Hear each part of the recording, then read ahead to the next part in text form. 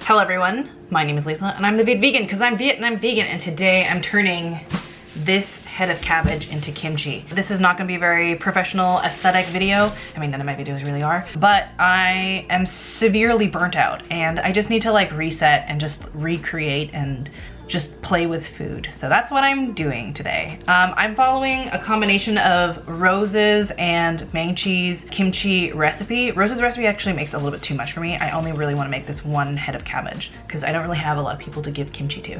I am starting with salting the cabbage so that you sort of soften it and get some of the water out of it. I will link both Mangchi's and Rose's recipe down below. I have made some changes to both, but yeah, that is what I'm doing. So let's start off with the cabbage. All right, so I'm just gonna pull out these outside leaves because they're a little gnarly. And then I'm going to cut this apart. So I'm gonna cut at the base here, I think. I'm gonna cut this.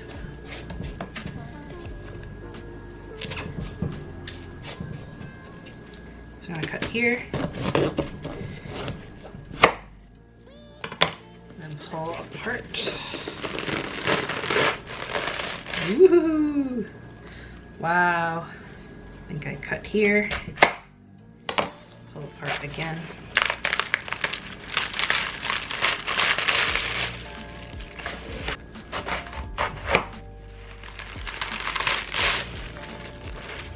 All right, dunk the halves in a large basin of water to get them wet inside, so I guess so the salt sticks to it better.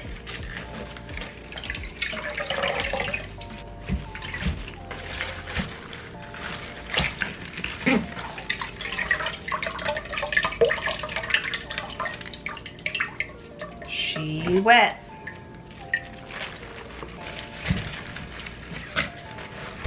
And I have a bunch of kosher salts. I think I'm going to then just layer in all the salt. So you sprinkle in and rub in salty.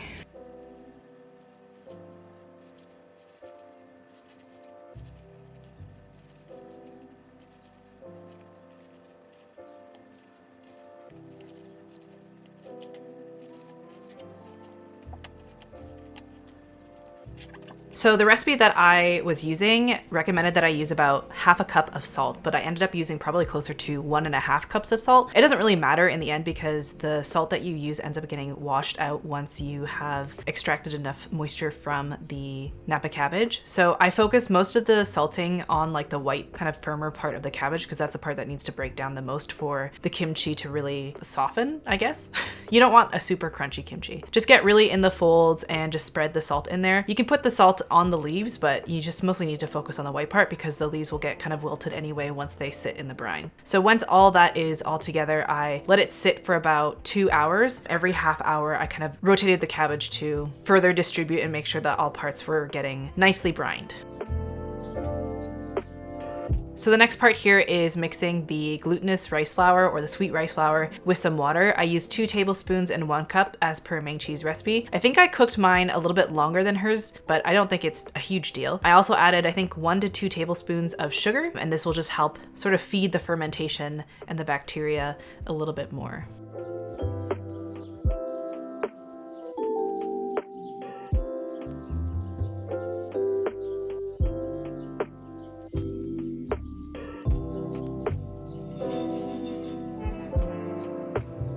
In Mangchi's recipe, she said to use 24 cloves of garlic, and 1 bulb of garlic was about 12 cloves. I was like, oh, well, this is like 12 cloves of garlic, so maybe I'll use 2 heads of garlic. This was very, very, very garlicky. I think I'll just stick to 1 head of garlic for the next time that I make it because it just kind of made it kind of bitter.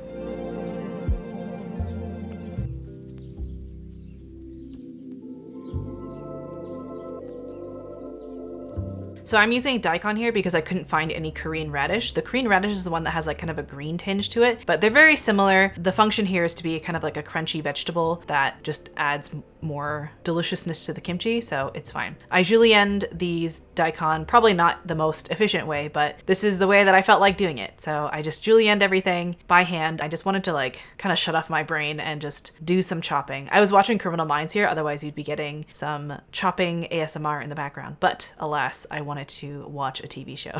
I used about 4 inches of daikon here, which yielded about 1.5 cups or maybe 2 cups of daikon. I'm using 2 medium carrots here. One of the carrots was a little bit gunky in the middle, so I just sort of composted that middle part, but the rest is still fine. So again, this is just julienned. I like to slice them into sort of like diagonal and then slice them really thin into julienne pieces.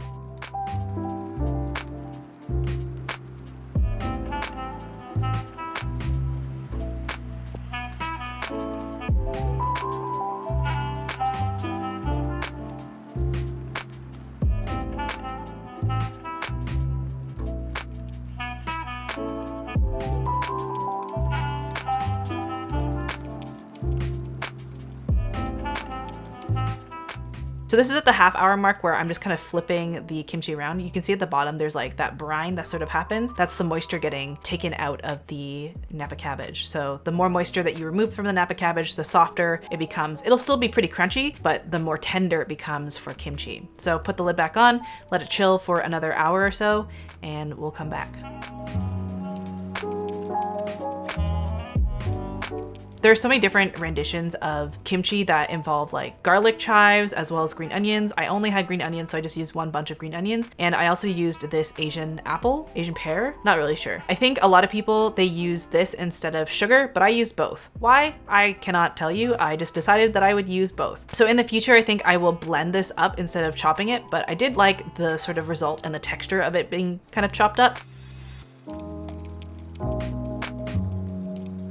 So here I'm using 2 full heads of garlic. Again, I would only recommend using 1 head of garlic. I'm crushing it into the glutinous rice mixture that I made before. I'm also using about a 1/2 inch knob of ginger and just grating that in. And then here I'm using 2 full cups of gochugaru. This is the coarse flake, Korean red pepper flakes. I've had some people say that they've tried using like regular chili flakes. That will not work. It is a different flavor from the Korean red peppers. Please use gochugaru if you want to make kimchi. And then I added about 1/2 cup of vegan fish sauce. I get my vegan fish sauce from Coven in Hamilton. You can also get it from certain Asian grocery stores that are close to a Buddhist area. Rose from Cheap Lazy Vegan uses kelp powder. I don't have kelp powder and I don't really use kelp powder in my cooking, so I didn't really feel like buying it, so I just used fish sauce. Traditionally, there's also like a stinky anchovy paste or a shrimp paste that is used in kimchi, and I think that you could also sort of get that stinky flavor with doenjang, I think it's called. It's the fermented soybean paste, but I wanted to keep the flavor of this kimchi relatively clean, I guess, without like that extra funkiness. So I didn't end up using that. I just used the vegan fish sauce. So once the 2 hours have elapsed on the Napa cabbage, you'll see that the texture has completely changed. This is closer to the kind of finished texture that you want. I'm dumping out all that brine, rinsing it really, really well. And once that's done, I trim the inner part of the kimchi. I think I've seen people make whole like batches of kimchi where they don't even cut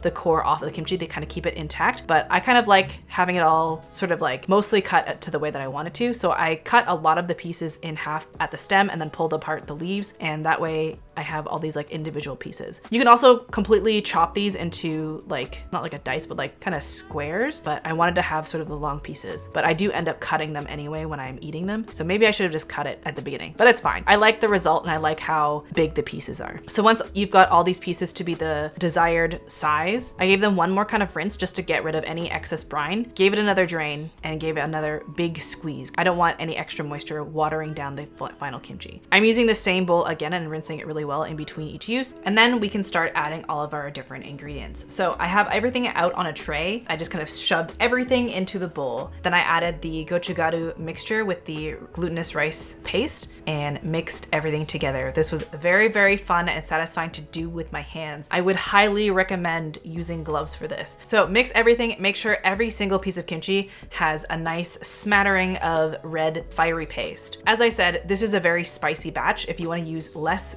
gochugaru to make it less spicy, I would use like half. You could use 1 cup, you can use less than 1 cup. As long as there's some gochugaru in there, you'll have that classic kimchi flavor. But again, as I said, I use 2 full cups here and it is very, very good.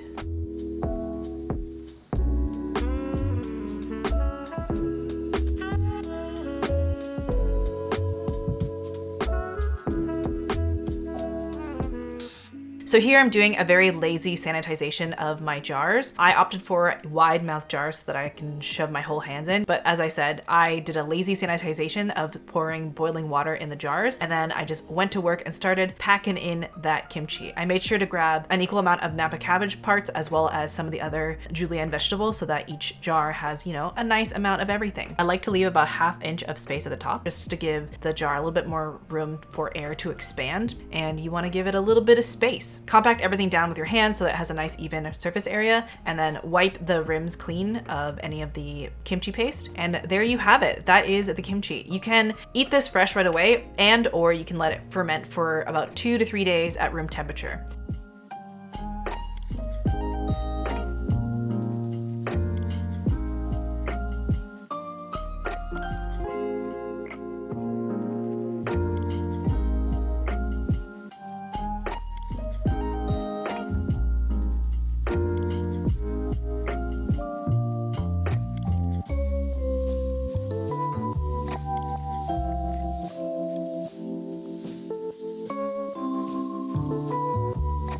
Okay, so they're all in jars now, which is very exciting. I've been saying for years that I wanted to make kimchi, and here I am. On a whim, I was like, you know what? I kind of want to make kimchi, and then I just freaking did it. So I have now 5 jars of kimchi, which is probably way too much kimchi because Eddie doesn't really like kimchi that much. And I think I've narrowed it down. I think he just doesn't like fermented foods. I've narrowed down that Eddie doesn't like the fermented flavor of any food. He doesn't even like pickles. He likes sweet pickles, which are not. I mean, there are pickles, but anyway, he had a bit of the fresh kimchi and he said that it wasn't offensive, which is an improvement because normally he like gags at the smell of kimchi. It's very good. Very crunchy. It's pretty spicy though. Very tasty, fresh. I'm very excited to see what it's like in 2 days. One of you guys on Instagram told me that I should put a towel underneath because it'll kind of expand and like explode and leak red juice. I have put it on a tray and I've loosened the top so that it has like space and freedom to expand because I don't want the jars to explode from the energy of fermentation. Otherwise, see you in 2 days. It's been 2 days since I made kimchi. Well, actually 3 sleeps since I made kimchi. I have some in the fridge. I'm going to taste it on camera and see how the flavor is. I'll be honest, I've already eaten some.